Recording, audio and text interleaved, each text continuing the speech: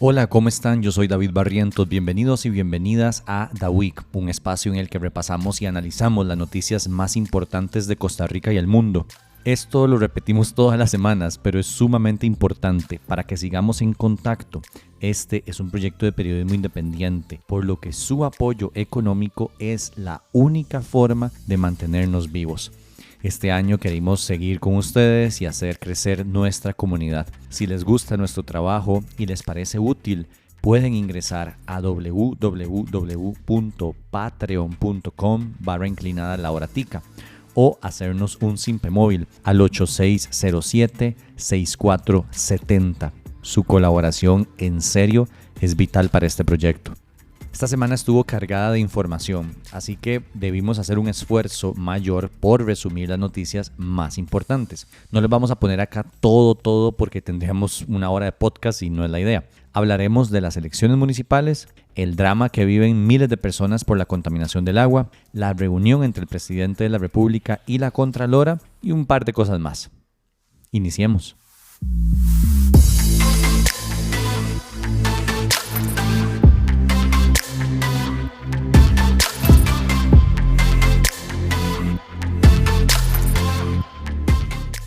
Queremos recordarles que este domingo 4 de febrero son las elecciones municipales. 84 cantones, cientos de candidatos y candidatas, decenas de partidos políticos y una logística enorme del Tribunal Supremo de Elecciones para que usted pueda decidir. Sabemos que la campaña ha sido, en términos generales, de muy baja calidad.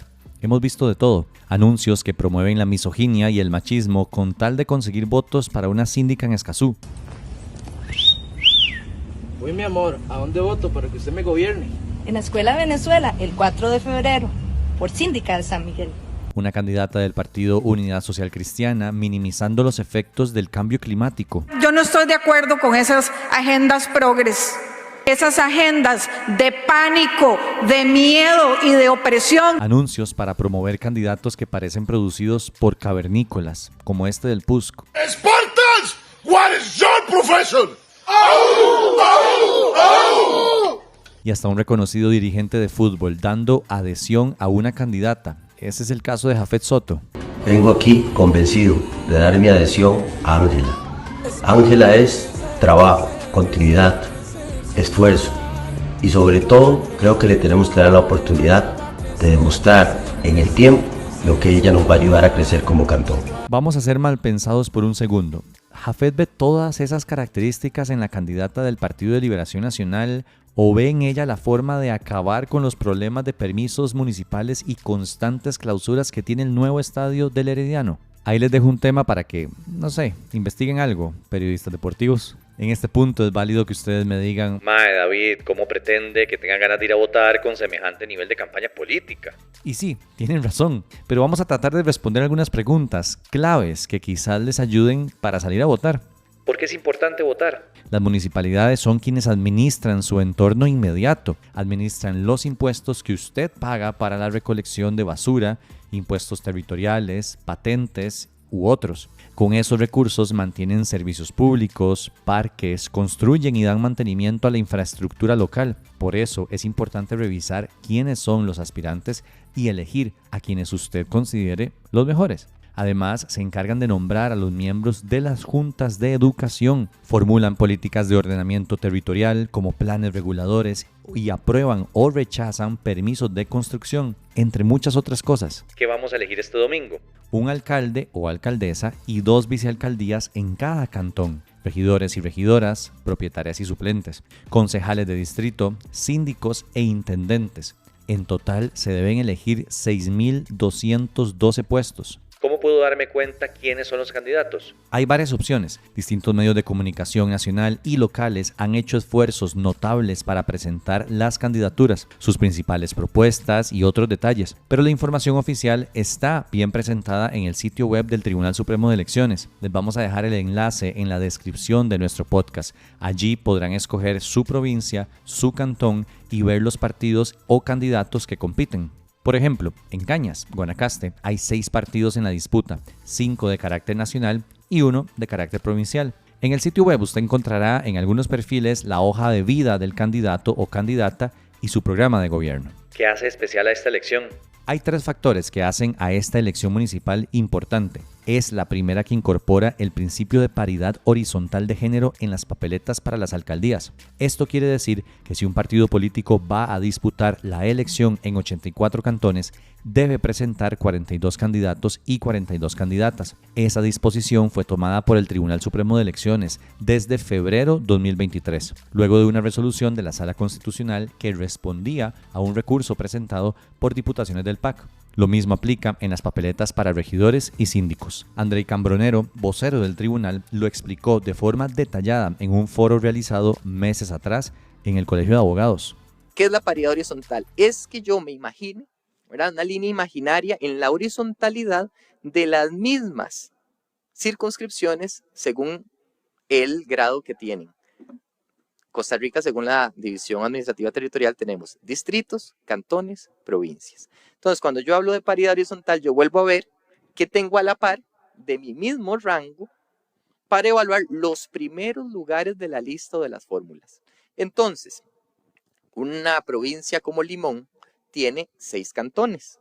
La paridad horizontal lo que nos dice es que las listas de regidurías propietarias, en 3 cantones de la provincia de Limón, tendrá que tener como primer lugar a una mujer y 3 primer lugar un hombre. Esa medida redujo la brecha entre candidatos para alcaldías hombres versus mujeres. Este año serán 242 candidatas mujeres y 319 hombres. Las mujeres representan el 43% de los aspirantes. Según datos publicados por La Nación, en 2010 fueron apenas el 14%. Y hace 4 años fueron el 23%. Es verdad que algunos partidos no llevan 42 y 42, pero eso el tribunal lo permitió siempre y cuando demostraran y el tribunal comprobara que se intentó cumplir con ese principio de paridad. Y a pesar de los intentos, simplemente no se pudo. Lo otro que hace especial a esta elección es que será la primera en que se aplique la reforma legal que impide a un alcalde ser electo por más de 2 periodos. En otras palabras, no más Johnny Araya como eterno alcalde de San José. Tiene décadas en ese puesto. Y mientras tanto, nuestra capital sigue oliendo a mierda. Y no es una figura literaria. En serio, la capital huele a mierda. Vayan a caminar por el mercado de la Coca-Cola o algunas calles de la Cali y lo comprobarán. Además, algunas organizaciones estiman que hay 10.000 habitantes de calle en el cantón y los servicios públicos son deficientes. Esa medida también le impedirá a otro eterno alcalde del Partido Liberación Nacional, Gerardo Oviedo, permanecer al frente de la municipalidad de Santa Ana. En total, hay 46 alcaldes que no podrán aspirar a la reelección por esa disposición legal. Y acá se me hace una sonrisa enorme en la cara, porque algunos de ustedes saben que yo trabajé como asesor en la pasada Asamblea Legislativa y ese fue justamente uno de los proyectos en los que trabajé. Perdón por el autobombo, pero es que en serio me hace muy feliz. Habrán nuevos liderazgos en las municipalidades y no tengo duda de que eso fortalecerá nuestros procesos democráticos. Otro aspecto que hace especial esta elección es que los partidos políticos afines al presidente de la República, Rodrigo Chávez, no pelearán por ninguna alcaldía, pues incumplieron el principio de paridad horizontal y tampoco podrán participar para las sillas de síndicos. Nos referimos a Aquí Costa Rica Manda y Pueblo Soberano, los 2 vehículos electorales que personas cercanas a Chávez intentaron armar para estas elecciones. En el único rubro que podrá participar Aquí Costa Rica Manda es en el de regidores y regidoras. Un estudio del Centro de Investigación y Estudios Políticos, publicado este miércoles 31 de enero, afirma que un 47,5% de las personas llamadas a votar dice que el proceso electoral les importa poco o nada.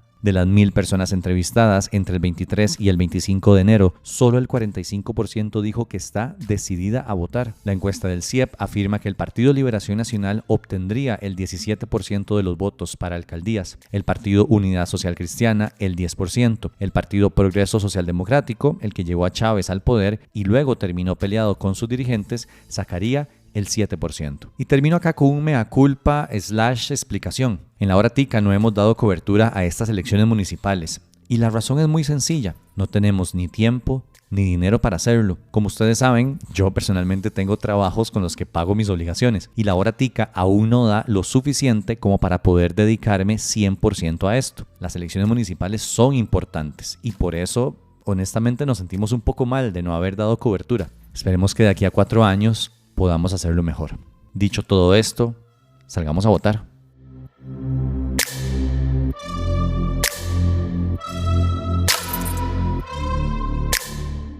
No voy a hablar de una supuesta contaminación de agua, como hizo Noticias Repretel, porque está claro que el agua distribuida por el AIA en Moravia, Goicoechea y Tibás está contaminada por hidrocarburos. Basta saber que los vecinos de esos lugares tienen más de una semana sin poder consumir el líquido que sale de las tuberías por un fuerte olor y sabor a combustible. Ni vamos a hablar de una crisis del agua, porque el agua no provocó la crisis. La emergencia la provocó la ineficiencia y falta de planificación de la AIA, la falta de liderazgo de la ministra de Salud, Mari Munive, y el silencio del Poder Ejecutivo. El 22 de enero anterior, los vecinos de esos cantones empezaron a reportar un fuerte olor a gasolina o diésel en el agua que llegaba a sus casas. Pasaron las horas y el AIA y el Ministerio de Salud guardaron silencio. Incluso el Guardián, medio de comunicación afín al gobierno, se atrevió a decir que, según las autoridades, el agua no estaba contaminada. Hasta el 26 de enero, 4 días después de los primeros reportes, el Ministerio de Salud solicitó ayuda al Centro de Electroquímica y Energía Química de la Universidad de Costa Rica para hacer pruebas de laboratorio que permitieran identificar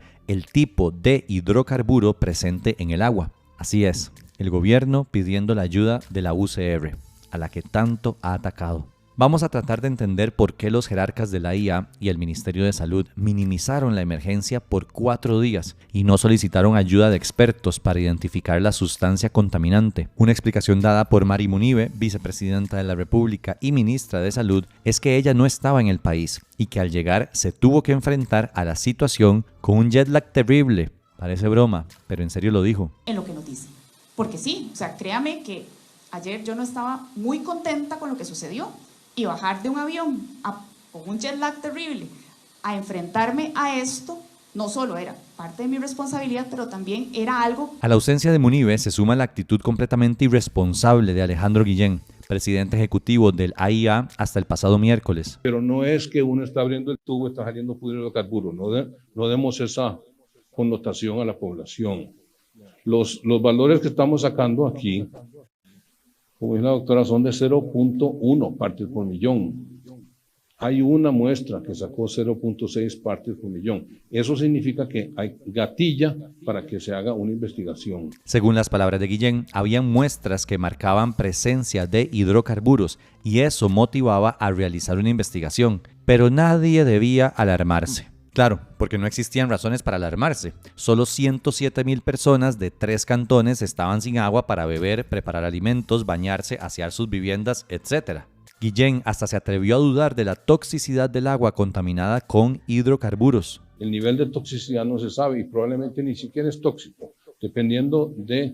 Eso se fragmenta cuando llega al suelo y puede fragmentarse y ya uno se da cuenta, algunas bacterias lo atacan y se lo comen. Esas declaraciones las dio Guillén el 26 de enero y como era de esperarse, el miércoles 31 de enero salió del puesto. Como en pocas ocasiones, el presidente Chávez aceptó errores en el manejo de la emergencia y solicitó la renuncia del jerarca de la AIA. Mientras todo eso sucedía, miles de personas en Moravia, Goicoechea y Tibás se enfrentaban al desabastecimiento de agua, a la falta de información sobre dónde estaban los camiones que repartían el líquido y a la incertidumbre sobre si estuvieron consumiendo por varios días agua contaminada.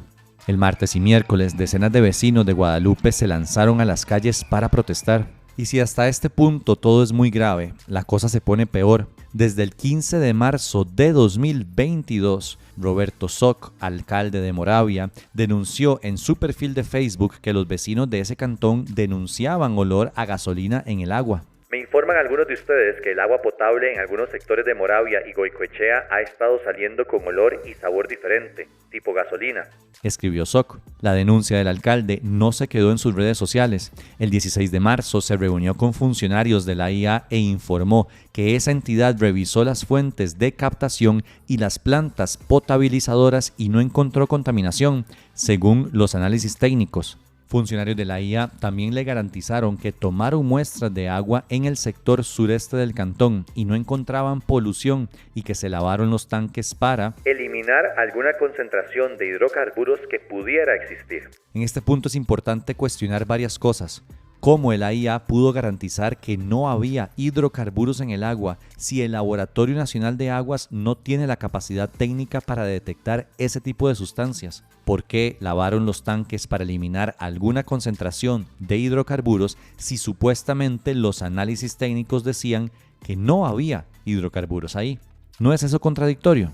En agosto de 2023, ya durante esta administración, por medio de un oficio, el alcalde de Moravia volvió a decir que los vecinos de varias comunidades reportaban olor a gasolina en el agua. En esa oportunidad, el AIA le respondió con un análisis del Laboratorio Nacional de Aguas en el que se analiza la conductividad, el olor, la acidez o la alcalinidad, la temperatura, turbiedad, niveles de cloro y presencia de coliformes fecales. Todos los parámetros mostraron resultados dentro de los rangos permitidos, pero no hay referencia a la búsqueda de hidrocarburos. La razón de eso es que el Laboratorio Nacional de Aguas no tiene capacidad para detectar esas sustancias y por eso tuvo que acudir a la UCR. Ven la importancia de las universidades estatales y de no quitarles financiamiento. SOC nos explicó que la contaminación reportada desde el 22 de enero es distinta, pues no solo fue percibida en Moravia, sino en cantones vecinos. En ninguno de los 3 casos anteriores se detuvo el consumo ni se advirtió de que era peligroso el consumo, ¿verdad? Precisamente porque el Laboratorio Nacional de Aguas había dicho que no habían encontrado nada. Esta vez, desde el lunes, hace 15 días, en la noche, nos empiezan otra vez a reportar los vecinos. Pero esta vez es diferente porque empiezan a reportar también de otros cantones. Para aplacar la presión por las protestas de los medios de comunicación que pedían explicaciones, de los diputados que exigían respuestas y de la opinión pública, el pasado martes por la noche, el Ministerio de Salud informó que, luego de los primeros análisis hechos por la UCR que confirmaban presencia de hidrocarburos, pero no de gasolina o diésel, se podía usar el agua contaminada para lavar ropa, bañarse u otras actividades, pero no para consumo humano. Mientras tanto, aseguraron que trabajaban para identificar la sustancia contaminante, la fuente de polución y para desviar agua desde Desamparados, Curridabat, La Unión, Vázquez de Coronado y San José hacia Moravia, Goicoechea y Tibás. La idea, expuesta por las autoridades de gobierno, era crear un horario de cortes de agua en 4 cantones para llevar un poco de agua limpia a los 3 cantones afectados. En el papel no sonaba mal y parecía una medida solidaria, pero hasta ahora no había funcionado. Lo primero que debemos explicar es que esa medida realmente nunca se puso en práctica, pues requería tiempo para hacer ajustes en los sistemas de acueductos. Lo segundo es que aún no se ha ejecutado y ya hay quejas en varias comunidades. El miércoles al mediodía, un grupo de vecinos de Coronado bloqueó una vía porque, aseguraron, tenían 28 horas sin servicio de agua. El pasado miércoles por la noche, los expertos de la Universidad de Costa Rica precisaron que la sustancia en el agua es sileno. Roberto Urcullo, coordinador del Centro de Investigación en Electroquímica y Energía Química de esa universidad, detalló al programa Hablando Claro la composición de esa sustancia y su uso. Los silenos tienen 3 tipos de estructura, se llaman orto, meta y para, y los 3 estaban presentes. Generalmente cuando se hace producción de silenos, se hace una mezcla de los 3. Entonces, digamos, no es de extrañarse que tengamos la mezcla de estas 3 cuando estamos hablando de silenos. La pregunta de ¿qué es el sileno? Bueno, el sileno es un disolvente que se utiliza mundialmente para producir muchas cosas. Se utiliza en industria de la pintura, se utiliza como disolvente en general, por ejemplo, en la fabricación de polímeros, en la fabricación del cuero. Inclusive muchas veces cuando hay escasez de otro tipo de disolventes, puede ser que industrias que no lo utilizan regularmente empiecen a utilizarlo. Según la Agencia para Sustancias Tóxicas y el Registro de Enfermedades, la exposición breve a niveles altos de sileno puede provocar irritación de la piel, los ojos, la nariz y la garganta, dificultad para respirar, alteración de la función pulmonar, retardo en la reacción a estímulos visuales, alteraciones de la memoria y malestar estomacal. Pero ahora, ¿cuáles son las concentraciones halladas en el agua analizada por la UCR? La concentración, por lo tanto, cuando ustedes logran analizar las primeras muestras que nos dice que es el sábado, ya era muy baja. Ya era del orden de las cientos de microgramos por litro. A mí no me gustaría decir la palabra baja, porque de hecho los límites permitidos son de 500 miligramos por 500 microgramos por litro, por lo que cuando nosotros ya empezamos a medirla todavía teníamos en ese orden de magnitud. Y para terminar, ustedes saben que a mí me gusta hacer preguntas y en este asunto tengo muchas y de absoluta importancia. ¿Cómo llegó el sileno al agua que consumen miles de personas en el área metropolitana? ¿Quién o quiénes son los responsables? ¿Investigará el Ministerio Público posibles delitos contra la salud pública? ¿Sancionará el AIA a los funcionarios que esperaron 4 días para empezar a hacer las pruebas del agua contaminada? ¿Por qué el Ministerio de Salud le dijo a la gente que podía usar el agua para bañarse y otras actividades sin tener claro qué sustancia contenía y si era tóxica? Todas esas preguntas esperamos que tengan respuesta muy pronto. Acá les mantendremos informados.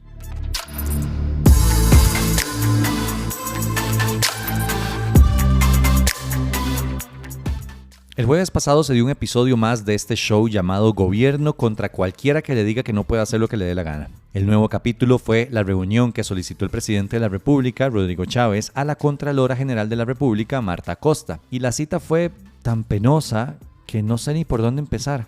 Hay poco que decir, honestamente. Es utilizar el artículo 67 porque dice que se pueden arrendar, pactar la adquisición o el arrendamiento de inmuebles por construir o en proceso de construcción. Pero presidente, los terrenos son del Estado. Sí. Usted se va a arrendar en sus propios terrenos. Pero ¿cómo sugiere que pongamos los escáneres en Costa Rica? Ya que nos dijo que de esta manera no, ¿usted nos puede decir de cuál manera sí? Señor presidente, esas son decisiones de la administración. Yo no puedo, usted habla de coadministrar, yo no voy a decirle a usted cómo tomar o cuál decisión tomar. Se pide el avalúo el 3 de agosto, el 4 de agosto lo deniegan. ¿Por qué lo deniegan? Porque le dicen, es que no hay diseño. Porque llegó la advertencia. No, señor, no sé, aquí tengo la nota y se la puedo enseñar. Usted no tiene jefe, ¿verdad? Es muy dichosa usted. Yo rindo cuentas a la Asamblea Legislativa, señor presidente. Bueno, yo rindo cuentas. Rinde cuentas. A cada rato rindo cuentas. Sí. El encuentro se transmitió por redes sociales y pudimos ver con mucho pesar que el presidente y su cuerpo de ministros y ministras no entiende o no quiere entender el principio de legalidad. Ese principio consiste, en palabras sencillas, en que los funcionarios públicos solo pueden hacer lo que literalmente dice la ley. Punto. Si no está explícitamente dicho en la ley, no lo pueden hacer. Es así de sencillo. Es algo básico de la administración pública. El presidente reiteró en varias ocasiones que la Contraloría interpreta la ley, pero eso no tiene nada de malo, ¿saben? Porque para eso está. Y a partir de esas interpretaciones emiten criterios que fiscalicen la labor de todas las instituciones públicas. El mensaje de Chávez, palabras más, palabras menos, es que la Contraloría se les para en la escoba y no los deja concretar el proyecto para construir un complejo de edificios llamado Ciudad Gobierno y así dejar de pagar alquileres para oficinas públicas, y que tampoco los deja avanzar con la instalación de escáneres en puertos y fronteras para detectar droga y otros tipos de contrabando. La semana pasada les detallé que en el caso de Ciudad Gobierno, el Ejecutivo propuso usar una figura legal de compra y arrendamiento de bienes inmuebles prevista en el artículo 67 de la Ley General de Contratación Pública para contratar la obra de forma directa, y la Contraloría les recordó que lo que procede es someterse a los procedimientos ordinarios de contratación previstos en la ley. Con respecto a los escáneres, la Contraloría detectó irregularidades en la forma en la que Raxa pretendía entrar en ese negocio, pues la intención era incluir a una empresa privada en el esquema. De acuerdo con el órgano contralor, la contratación se pretendía hacer por medio de una figura de excepción establecida en el artículo 3, inciso B de la Ley General de Contratación Pública, la cual avala contrataciones entre instituciones públicas sin tener que cumplir con los procedimientos ordinarios. Pero existe un gran inconveniente.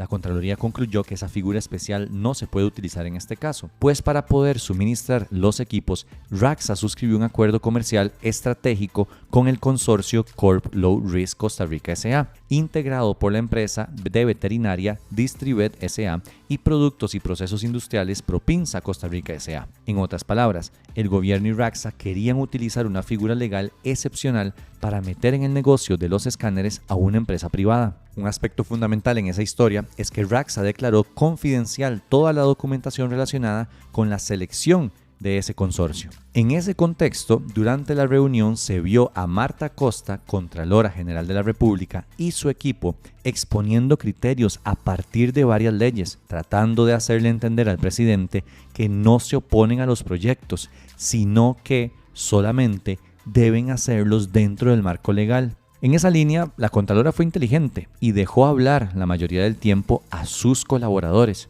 En cambio, como era de esperar, Chávez habló y habló, e interrumpió a todo el mundo, a los funcionarios de la Contraloría, a sus propios ministros y ministras, y en especial a las mujeres. Como dijimos la semana pasada, en este tipo de encuentros quien pierde es la institucionalidad del país, pues hay una narrativa de ataque hacia la Contraloría General de la República, más allá de tener inconformidades normales y corrientes. Es ese ataque el que sin duda cala entre los seguidores del gobierno y tarde o temprano traerá consecuencias muy negativas.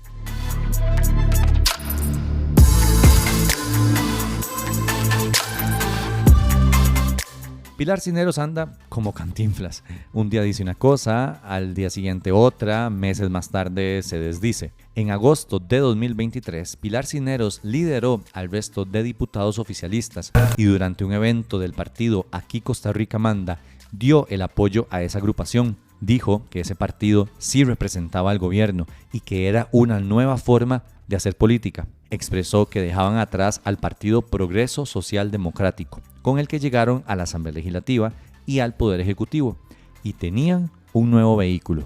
Pilar reiteró ese mensaje en varias entrevistas con varios medios de comunicación.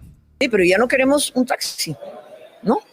Ahora queremos un partido propio que canalice esa inquietud de la gente que quiere un país diferente. Pero ni tan propio, doña Pilar, porque antes de llamarse Aquí Costa Rica Manda, la agrupación se llamó Fuerza Nacional, el partido con el que el periodista Greivin Moya aspiró a la presidencia en las elecciones pasadas. Fuerza Nacional es un partido político fundado por Roberto Vargas Calderón, empresario que fue procesado por contrabando en Panamá y es investigado por presunto lavado de dinero en Costa Rica. Ahora que el partido Aquí Costa Rica Manda enfrenta serios cuestionamientos por los aparentes casos de corrupción en los que figura Federico Cruz, asesor del presidente Chávez y presidente de ese partido, doña Pilar abandona el barco.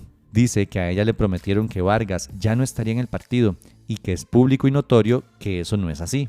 Así que decide irse. Esta semana le dijo a Noticias Colombia que dejaba esa agrupación. Luego le reiteró a La Nación lo siguiente. Federico lo había planteado. Dijo que tenía en su mano la carta de renuncia de Roberto Vargas y que él se iba, así como su familia, que dominaba la estructura del partido.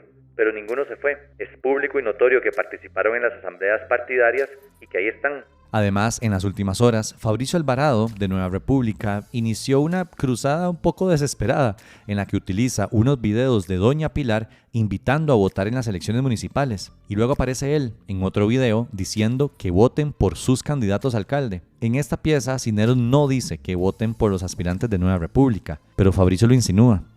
Dígame una cosa, ¿usted cree que los mismos de siempre cambiarán las cosas? Jamás. Su voto este 4 de febrero puede llevar a la mejor gente a las alcaldías. Salga a votar si quiere cambiar. Tiene razón, doña Pilar. Y la mejor gente está en Nueva República. Vote este 4 de febrero en las 3 papeletas por Nueva República. Parece una maniobra de Fabricio para sacar algunos votos, pero también parece un guiño de Pilar con el partido político de Alvarado. No nos asustemos si en unos meses vemos a doña Pilar diciendo que su nuevo taxi es Nueva República.